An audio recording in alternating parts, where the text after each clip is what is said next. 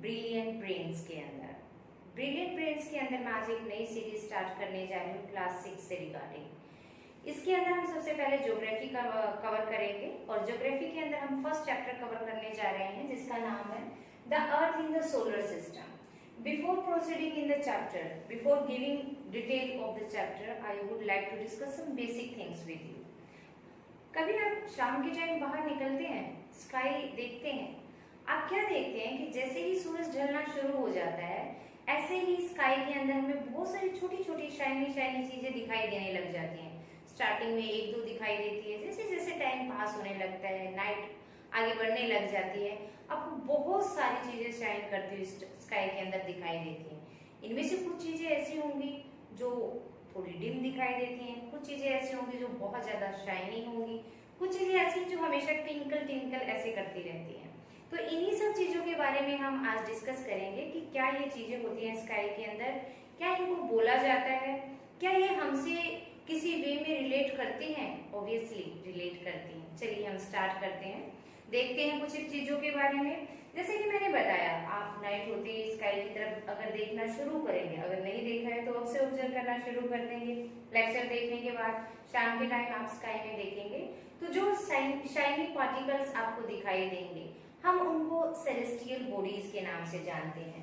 तो first number sir, जैसे ही मैं आपको चैप्टर एक्सप्लेन करूंगी साइड बाय साइड, मैं आपको ये भी बताऊंगी कि कितने मार्क्स में कौन सा पॉइंट आपके चैप्टर से रेज होता है। ठीक है, so let's come here. First आता है सेलेस्टियल बॉडीज। जो चीजें मैंने आपको बताई कि स्काई में नाइट के टाइम हम बहुत सारी छोटी छोटी शाइनी कुछ डिम टाइप चीजों को, ऑब्जेक्ट्स को ऑब्जर्व करते हैं। उन ऑब्जेक्ट्स में क्या क्या है? Obviously, you very much know this कि क्या क्या चीजें होती हैं। स्टार्स होते हैं, मून होता है, ठीक है। तो इन्हीं चीजों को हम क्या बोलते हैं? The sun, the moon and all the object shining in the night sky are called celestial body. खगोलीय हम इनको पिंड बोलते हैं, आकाश के अंदर जो दिखाई देते हैं। तो आई होप कि this is very much clear and every day you observe in the sky, but they have particular name. And what is that particular name? That particular name is celestial body, means all the things that you observe in the sky at night time. Now the thing is that ये जो चीजें आपको दिखाई देती हैं, सन आपको दिन के टाइम दिखाई देगा, मून आपको रात में दिखाई देता है, एंड शाइनिंग चीजें होती हैं जिनको हम स्टार्स बोलते हैं, वो आपको नाइट में दिखाई देती हैं। Why is it happen कि दिन के टाइम हमें सिर्फ सन दिखाई देता है, ये बाकी की जो सेलेस्टियल बॉडीज हम जिनको बोल रहे हैं ये गायब हो जाती हैं? ये गायब नहीं होती हैं। रियलिटी इज दैट कि जो सन की शाइनिंग होती है वो इतनी ज्यादा तेज होती है, स्पार्कलिंग होती है कि उनकी रोशनी दिन के टाइम इनविजिबल हो जाती है। सन की जो हीट होती है और लाइट होती है उसकी वजह से हमें हमारी आईज के थ्रू विजिबल नहीं हो पाते।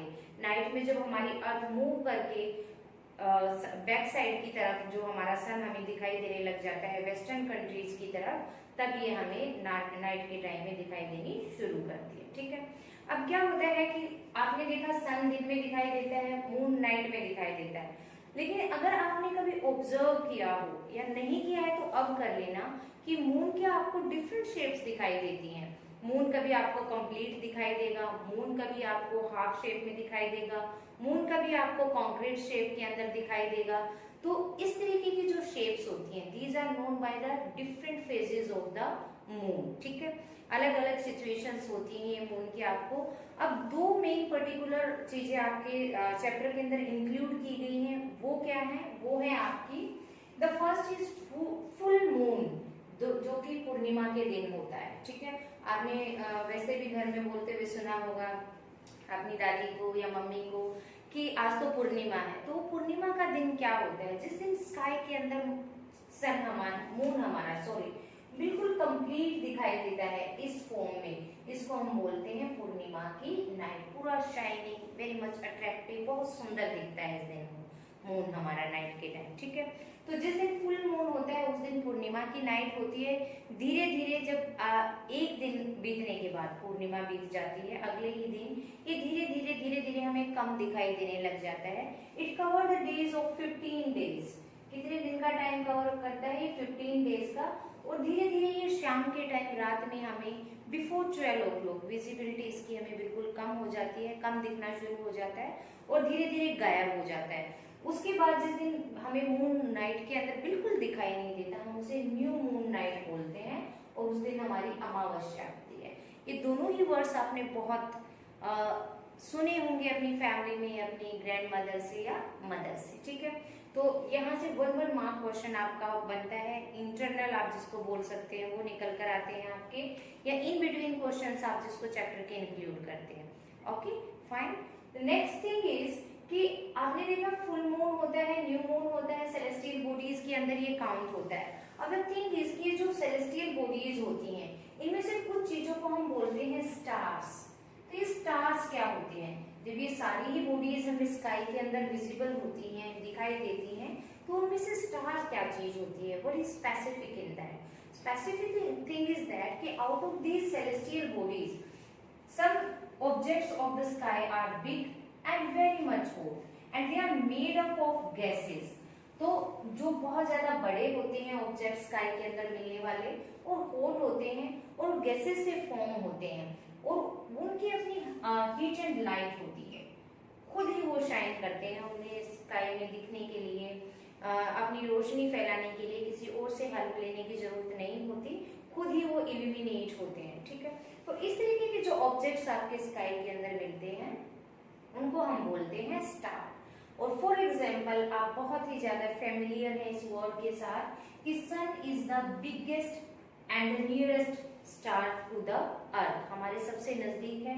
ऐसा नहीं है कि पूरी स्काई के अंदर सन ही एक ऐसा ऑब्जेक्ट है जो सबसे ज्यादा बड़ा है, सबसे बड़ा स्टार है, लेकिन ये हमारी अर्थ के बहुत ज्यादा नजदीक होने के कारण ये हमें सबसे बड़ा दिखाई देता है। अदरवाइज स्काई के अंदर सन से भी बहुत ज्यादा बड़े स्टार्स हैं। अब ऐसा क्यों है कि वो स्टार हमें सन से बिल्कुल छोटे छोटे ट्विंकल करते हुए नजर आते हैं? इसका रीजन ये है कि जब भी हम किसी ऑब्जेक्ट को बहुत दूर से देखते हैं तो दूर से देखने में उसकी जो शेप है हमें छोटी दिखाई देती है। मान लो एक बहुत बड़े अपार्टमेंट के ऊपर आप चढ़ जाते हो, 7 to 13 स्टोरीज अपार्टमेंट लगा के चलिए, और आप ऊपर से जब नीचे देखते हैं तो आपको ह्यूमन बींग्स भी बहुत छोटे छोटे टाइनी दिखाई देते हैं। दिस इज द रीजन कि दूर से देखने में ऑब्जेक्ट क्या लगते हैं, बहुत छोटे लगते हैं, क्योंकि सन हमारा सबसे नजदीक का स्टार है, इसलिए हमें बड़ा दिखाई देता है। Am I clear? Okay okay, let's proceed ahead. अब ये क्या कहता है कि आपके पास और भी चीजें होती हैं, मून आपने देखा, स्टार्स आपने देखे कि जिसकी अपनी हीट एंड लाइट होती है। Next is constellations. What are these constellation? As we discuss, sky के अंदर बहुत सारे स्टार्स होते हैं, और बहुत सारे स्टार जब होते हैं डिफरेंट डिफरेंट काइंड की शेप बना देते हैं। लाइक कभी भी अगर हम किसी माउंटेन की तरफ देखें या कोई फिगर होता है तो हमें लगता है कि इसने लॉयन का शेप बनाई हुई है, कभी लगता है हमें बियर बना हुआ है, कभी लगता है कोई ह्यूमन बीइंग हंस रहा है। तो इस तरीके की शेप हमें दिखाई देती है। सेम चीज क्या होती है स्काई के अंदर, जो बहुत सारे सेलेस्टियल बॉडीज होती हैं वो हमें दिखाई देती है, तो हमें विजिबल होता है कि they are forming different type of shapes, और वही शेप्स हमारी क्या कहलाती हैं? कॉन्स्टिलेशंस कहलाती हैं। But there should be a particular definition, and that is various patterns formed by the different groups of star. Various patterns formed by the different groups of star are known as constellations. We can give example of some of the constellation जो normally मिलते हैं। Ursa Major, or you can say Big Bear. This is the other name of Ursa Major. तो Ursa Major और Big Bear ये एक constellation का example है, और जो sky में आप सबसे easily recognize कर सकते हैं, पहचान सकते हैं खुद ही। आप अगर खुद नहीं कर पाएंगे तो अपने बड़े फैमिली मेंबर की किसी की हेल्प से आप शाम के टाइम नाइट में स्काई में देखेंगे तो इस फॉर्म को आप इजीली पहचान सकते हैं। और इजीली रिकॉग्नाइजेबल जो हमारा कॉन्स्टिलेशन है उसका नाम है सप्तऋषि। अब यहाँ से आपके 4 क्वेश्चंस रेज हो गए। The first one is what is constellation and the name of any of the constellation, that is Ursa Major or Big Bear, and that you can recognize easily in the sky, that is Saptarishi. And one more question from here, it is Sapta, जिसका meaning होता है 7, and ऋषि का मतलब होता है sages। तो 7 ऋषियों के ग्रुप से जो कॉन्स्टिलेशन बना हुआ है, that is known by the name of Saptarishi constellation, and this Saptarishi constellation is the part of this Ursa Major. Okay, इसका ये पार्ट होता है। ठीक है, clear everything? Okay, now look ahead what it is saying कि इन कॉन्स्टिलेशंस के अंदर अगर मैं आपको रिकॉग्निशन करना सिखाऊं कि आप कैसे स्काई के अंदर पहचान सकते हैं कि सप्तऋषि कॉन्स्टिलेशन कौन सा है, तो नाइट के अंदर अगर आप स्काई देखेंगे तो सबसे पहली पहचान होती है आपकी कि ये 3 स्टार्स इजीली विजिबल हो जाते हैं, बड़े शाइनी होते हैं स्काई के अंदर और हमेशा एक ही रो के अंदर रहते हैं। आप सबसे पहले इन 3 स्टार्स को पहचानिए। आफ्टर देन उसके नीचे आइए, ये जो सेंटर वाला स्टार होता है यहाँ से एक इमेजिनरी लाइन ड्रॉ कीजिए, उसके सामने जो स्टार होगा उसको ऐसे ऐसे आप इमेज करते हुए इनको एक इमेजिनरी लाइन से ज्वाइन करेंगे। तो ये जो स्टार्स हैं आपके, ये आपके 7 स्टार्स या सप्तऋषि के नाम से जाने जाते हैं। 1 2 3 4 5 6 एंड 7, इसको ये सप्तऋषि के नाम से जानते हैं। ठीक है, the next thing is that कि there is a star in the sky that is every time stable रहता है हमेशा, और वो नॉर्थ डायरेक्शन के अंदर रहता है। अगर आपको 4 मेजर डायरेक्शंस के बारे में नॉलेज है तो आप उसको पहचान सकते हैं कि कहाँ होगा। अगर आप कंफ्यूज भी हो जाते हैं कि कहाँ हमारी नॉर्थ है, कहाँ साउथ है, कहाँ ईस्ट है, कहाँ वेस्ट है, तो ये जो नॉर्थ स्टार है आपको हेल्प करेगा नाइट के अंदर पहचानने में।